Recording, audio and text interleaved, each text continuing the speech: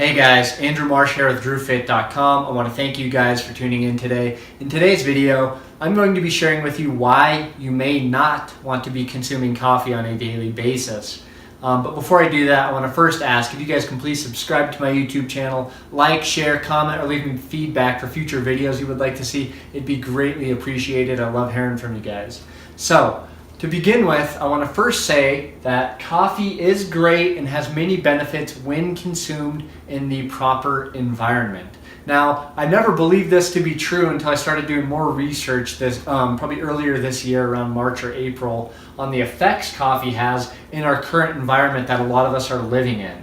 So, why coffee would be a bad idea is because in our current environment, especially in America and most cities, we are overexposed to non-native EMFs. Things like blue light or cell phone radiation are very damaging to our cells, and I've talked about this in my videos countless times of how it decreases mitochondrial functioning and really dehydrates our cells. And when that happens, it leaves us susceptible to so many illnesses and diseases further on down the road. Now, when you combine coffee to an environment where your cells aren't functioning properly, that caffeine dehydrates the cells even more and lessens the functionality of the mitochondria when combined in such a non-native EMF toxic environment.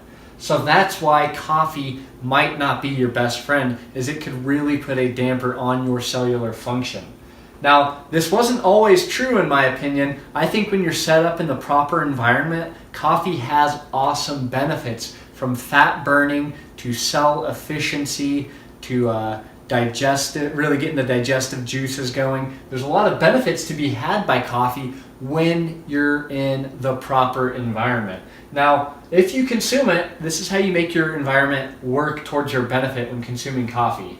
So, number one, I didn't write it down, but decrease your usage to non-native EMFs. Get yourself out in Mother Nature if you're going to drink coffee, in the sun, away from cell phones, from TVs, from fluorescent lights, from cell phone towers, from Wi-Fi routers. Distance yourself from these things. And I know it's going to be hard because a lot of us are drinking coffee in our work environment where obviously there's cell phone or there's Wi-Fi routers. We're sitting in front of computers. We're under fluorescent lights. So I think consuming coffee in that environment is a big no-no. And like I said, if you're going to consume it, get out in Mother Nature and avoid these non-native EMFs. Increase your sun exposure. Like I've talked about in my other videos, the sun is so effective at benefiting our cells, whether it be the morning sunlight that helps secrete melatonin production. It increases the functionality of our circadian biology, meaning we're getting better night's sleep. So get more sun exposure if you're going to consume coffee.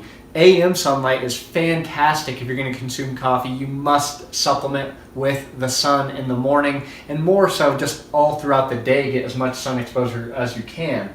Another thing you're going to want to do if you're consuming coffee is to increase your DHA, docosahexaenoic acid. I know it's a mouthful to say, but it's an omega-3 fatty acid that is essential for our cellular health, and it's also very great at protecting us from the non-native EMF environment that we live in. So if you are working in an office, you're going to want to increase your DHA consumption through things like cold water fish like salmon, tuna, mackerel, oysters, maybe grass-fed beef, eggs, free-range eggs. You might have to supplement with DHA. I'm not a huge fan of supplementing DHA. I think you should be getting it in your diet.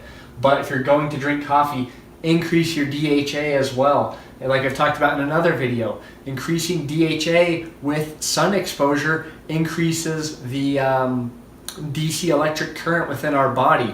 And when we have an increased DC electric current, we are able to regenerate tissue within our body. So another added benefit, and especially if you're consuming coffee, you want to increase DHA.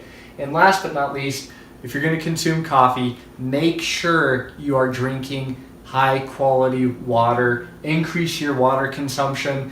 Specifically, I'm a huge fan of consuming distilled water, and if I drink coffee, I like to add the supplement Mega Hydrate, which adds more negative ions to my water, and adding plant-based trace minerals, which our cells can definitely use in the non-native EMF environment combined with coffee. So I've also heard people of getting a Kangen water machine, and I've heard that's great as well for hydrating the cells.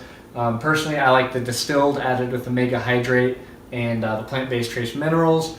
But make sure you're increasing your water consumption if you're going to consume coffee. So guys, I really hope this helps you guys out and really opens your mind on the damaging effects coffee may have on you. And if you're going to consume it, I hope you take these 4 things into consideration so you can help mitigate any issues that may come along with consuming caffeine. So I want to thank you guys for watching. If you have any questions or comments, please feel free to leave them below and I'll get back to you as soon as I can. And don't forget to subscribe to my YouTube channel. Thanks for watching.